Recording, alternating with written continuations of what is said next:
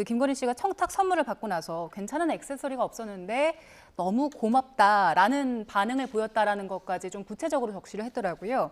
그 서희건설 측에서 자수서에 그 밝힌 내용이 어디까지가 사실인지 이 부분도 특검 쪽에서 밝혀내야 되는 내용 아닙니까? 그렇죠. 근데 서희건설에서 자수서를 내기 전에 이거를 자수서를 제출받았을 때 특검이 처음 해당 사실을 인지했다고 보여지진 않아요. 개인적으로 아마 그 자수서 최종 자수서가 완성될 때까지 수사기관하고의 어느 정도 의사 연락이 없었느냐? 저는 그렇게 보지 않거든요.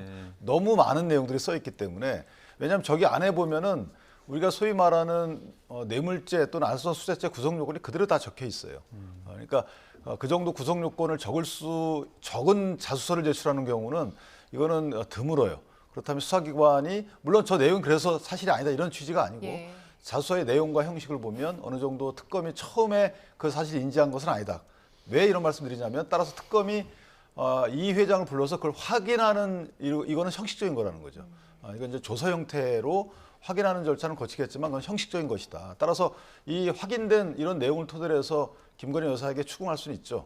그래서 추궁할 때 만약에 여기서 부인하게 되면 대질까지도 가능하겠죠. 근데 이제 문제는 아까 말씀드린 대로 안가에서 김건희 여사가 기업인을 만났다라는 것은 그건 제가 보기에도 부적절하죠. 안가라는 것은 대통령이 사실은 알려지지 않는 이런 비밀스러운 공간으로 국정을 위해서 써야 되는 부분인데 사실은 매우 좀 아쉽다 이런 생각을 합니다. 네, 지금 자수서를 제출한 배경이 이봉관 회장도 지금 이 사안을 알선수재에서 선을 긋고 싶어하는 어떤 배경이 있다 이런 분석도 있고 앞서 윤 변호사님 말씀하신 것처럼 오늘 김건희 씨도 조사에서는 알선수재에서 좀 선을 긋고 싶다 이렇게 말씀을 해주셨는데 이것도 둘 다 어떤 배경이나 요구하는 어떤 사항들이 좀 다르지 않습니까? 그러니까 이 회장 입장에서 보면 알선수재 혐의가 만약에 김건희 여사에게 적용된다면 본인은 뇌물공여 혐의가 없어요. 준 사람은 처벌받지 않기 때문에. 그렇죠. 예. 특이하게 저희가 알선수재라는 것은 형법에 있는 죄가 아니고 특가법에 새로이 만든 죄예요. 그러니까 형법상의 뇌물공여죄가 알선수재는 적용되지 않아요. 다시 말씀드리면 그 어떤 민간인에게 공무원한테 청탁할 목적으로 돈을 건넨 경우에 예. 그 실제 청탁으로 이어져서 뇌물죄로 발전하지 않는다면 그 공여한 사람은 처벌되지가 않아요. 그런 것들을 고려했을 수도 있고 예. 저는 근데 거기에 써진 내용을 보면 거기서 머문다고 생각하지는 않았을 것 같아요. 예. 거기에 뭐 본인 사위에 뭐 부탁을 했다, 예. 조창기도에 참석을 부탁했다 이런 것들이 죄의 성립 여부를 떠나서 내용만 보면 알선수재에 머문다는 느낌은 안 주거든요. 그렇다면 뇌물을 겨냥한 자수서라고 보여지고 그러니까 뇌물죄가 적용됐을 때 사실은 뇌물 공여 혐의가 인정이 되거든요. 뇌물 공여는 5년 이하의 징역이기 때문에 자수가 되면 법률상 감경형이 돼요. 그럼 특경은 아마 구형 자체를 집행유예 구형을 하겠죠. 예. 예. 그 지금 우리가 얘기하고 있는 부분은 김건희 씨가 민간인 신분이기 때문에 그렇기 때문에 알선수재를 적용할 것이라는 사실을 넘어서 특검 쪽에서는 이제 그 뇌물죄까지도 적용하는 부분을 검토하고 있는 건데 뇌물죄랑 즉 알선수재랑 적용을 하는 데 있어서 어떤 부분이 핵심적으로 밝혀져야지 가능할까요? 일단 뇌물죄는 이 먹거리를 받을 때 대가를 부탁하는 거죠. 우리 사위를 공직에 좀 임명해 주십시오라고 부탁을 하고 그리고 김건희 씨는 공무원이 아니기 때문에 자신의 남편인 윤석열 전 대통령과 여보 이 먹거리를 받으면서 자기 사위를 좀 비서실장이라든가 공직에 앉혀달라고 하는데 할 수 있겠어요? 라고 상의를 해서 먹거리를 받은과 동시에 이런 대가성 있는 행위들이 이루어져야 됩니다. 그러면 이제 뇌물죄 공범이 되는 것이거든요. 그리고 서희건설 회장은 뇌물죄의 징계죄가 되는 거죠. 그런데 만약에 이제 김건희 씨가 먹거리를 받았는데 남편한테 얘기를 안 했습니다.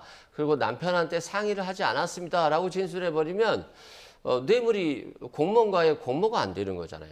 그런 측면에서 공모관계가 절단되는 측면이 있고요.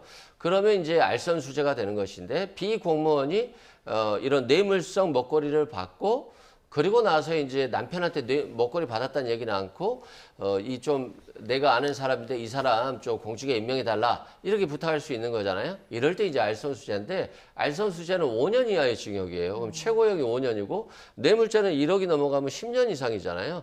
양형에 있어서 엄청 차이가 난다라고 말씀드리고 서희건설 회장 같은 경우도 사위들이 검사, 판사, 검사더라고요. 법률을 아주 잘 아시는 분들입니다. 그래서 만약에 이게 이제 내가 줬다라고 얘기를 안 해버리면 이미 관련 조사에 의해서 준 게 거의 확실시되고 있었거든요. 그래서 차라리 줬다라고 얘기하되 이게 뇌물만 아니면 된다라고 생각할 거예요. 그런데 김건희 씨라든가 윤석열 전 대통령이 아예 진술을 거부하고 있거나 조사를 거부하고 있어서 뇌물죄의 여부가 인정되기 어려우면 알선수재라고 하면 알선 증죄죄는 처벌 규정이 없기 때문에 아버지는 빠질 거예요라고 하는 어떤 법률 검토가 다 끝났다고 봅니다. 그래서 이제 이런 것들이 이제 벅구라지 같은 것이고 실제 이제 특검에서는 그러면 이 먹거리를 어떻게 범죄 사실 특정했냐가 좀 궁금하지 않겠어요? 그런데 나토 순방 당시에 김건희 씨가 이 먹거리를 빌렸다라고 하는데 빌린 사람이 없을 거지 않습니까? 당연히 이건 뇌물로 받았을 거라고 추정하고 반클리프에 대한 압수수색을 통해서 이 먹거리가 6천만 원대다 보니까 산 사람이 거의 없습니다. 그래서 윤석열 전 대통령이 대선에 당선된 직후에 이 산 사람을 해보니까 서희건설인 거예요. 그런데 또 이게 독특하게 이걸 구입할 때 현금으로 샀다가 신세계백화점 상품권으로 바꿨다가 다시 롯데백화점 상품권으로 바꿨다가 또 30대 같은 50대에 선물할 거다라고 하니까 그때 당시 이미 매장 직원들이 이거 김건희 씨에게 주는 거 아니냐라고 하면서 웃었다는 겁니다. 네. 그만큼 이런 것들이 다 범죄 사실을 혐의를 확보하는 데 있어서 특검에 굉장히 유리했고 그렇기 때문에 서희건설도 자수서를 낸 것이고 라고 보여집니다.